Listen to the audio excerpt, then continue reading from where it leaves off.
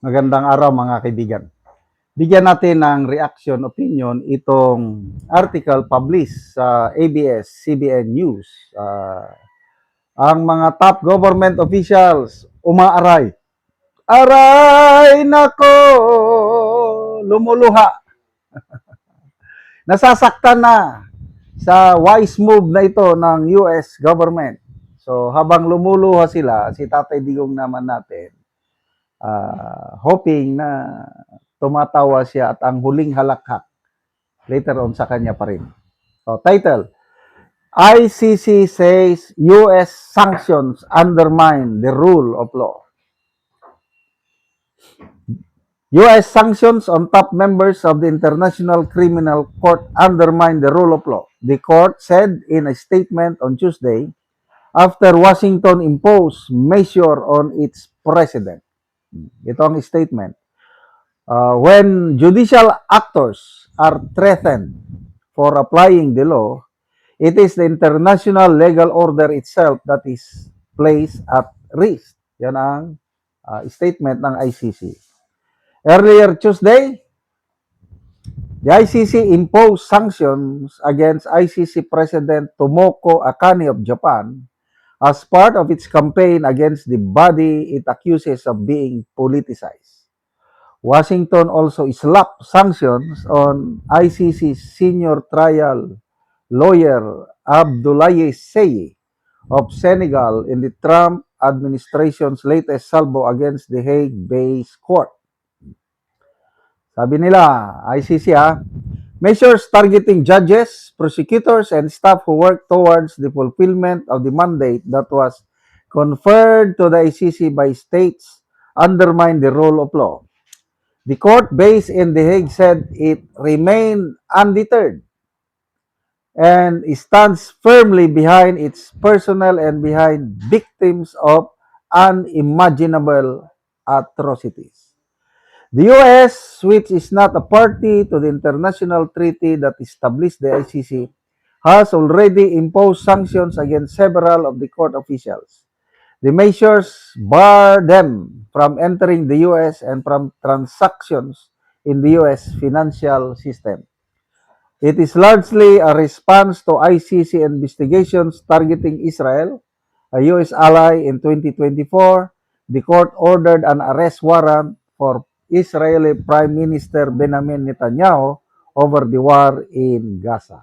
Okay, so undermining international rule of law daw. Nagrereklamo, hindi nyo sinusunod ang batas. Tanong, yung ginawa ninyo sa aming minamahal na Tatay Digong, mismong Rome Statute, I think Article 66, nakalagay mismo sa Rome Statute na ang mga taong aarestuhin sa isang bansa ay dapat idaan muna sa local court. Yun ang batas. Batas nila. Ang tanong, sinunod ba? Nasunod ba yung batas na yun? Hindi. Yung warrant of arrest ng ating Tatay Digong, dapat sana dalhin sa local court. Wala. Sino ang nagsilbing local court? Department of Justice. Boying Rimulya. Is the Department of Justice a local court? Ganon ang nangyari. O tapos ngayon, magre-reklamo kayo na undermining international rule of law. Yan ang sinasabi na merisi gaba.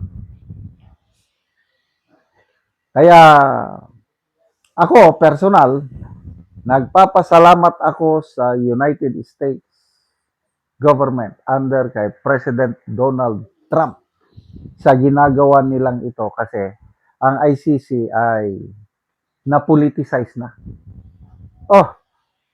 Nasabi na unimaginable crimes. Tumatayo daw ang ICC na tagapagtaguyod, tagaproteksyon sa mga biktima ng unimaginable crimes. Sige nga, anong krimen ng aming minamahal na Tatay Digong? Ano yung sinasabi nyo na crimes against humanity? Punta kayo dito sa Pilipinas. Si Tatay Digong namin, lumabas siya, umalis siya sa kanyang pagiging presidente. Siya ang may pinakakuha na highest approval, trust, or satisfaction rating in history. I think 81% ang kanyang approval, trust rating. Tapos sabihin nyo, biktima ng unimaginable crimes. Mga yam-yam mo diha, mga ICC mo diha. So, punta kayo dito sa Pilipinas. Tanong kayo, may mga ilan-ilan na galit kay Tatay Digong. Kailang sobrang dami mga Pilipino ang nagmamahal sa kanya. Kaya nga, excuse me, sa ICC, mula nung nakulong siya hanggang ngayon, walang tigil ang mga Pilipino na bumibisita, nagpapakita ng suporta sa kanya doon. Kami ngang mag-asawa, dream namin na balang araw, makapunta kami sa ICC. Para lang, kahit tatayo lang doon, kahit hindi kami makita ni Tatay Digong, okay na sa amin yun para maipakita lang namin ang suporta sa kanya. May kamag-anak kami dito sa Mindanao, auntie ko at saka pinsan ko. Minsan nakita ko yung post nila, nandun na sila sa ICC. So, ganun. Sa dami ng nagmamahal kay Tatay Digong, kaya marami ngayon ang nagdarasal na sana magtagumpay ang US government sa pagbungkag sa Bisaya, pagdismantle, brick by brick itong ICC na ito, na instead na magtaguyod ng hustisya, napupolitika.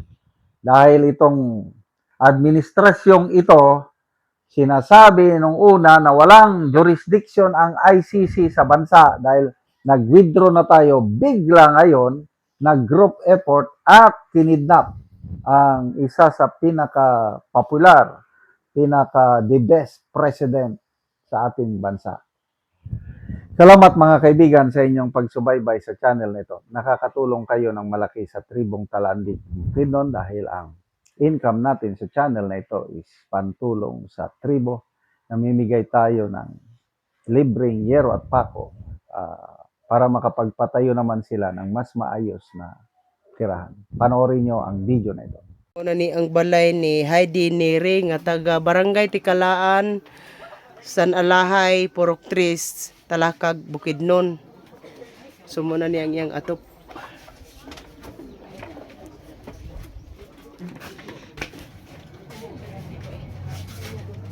So mga dagko na gyud og buslot.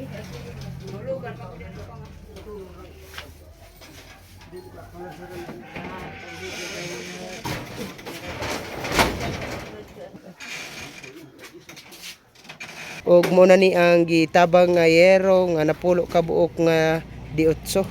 May ilang iatop ka.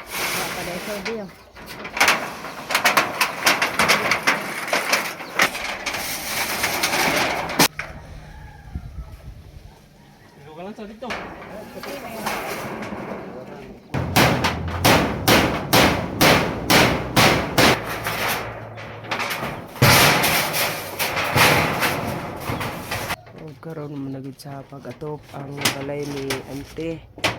So naatopan na gyud ang ilang balay.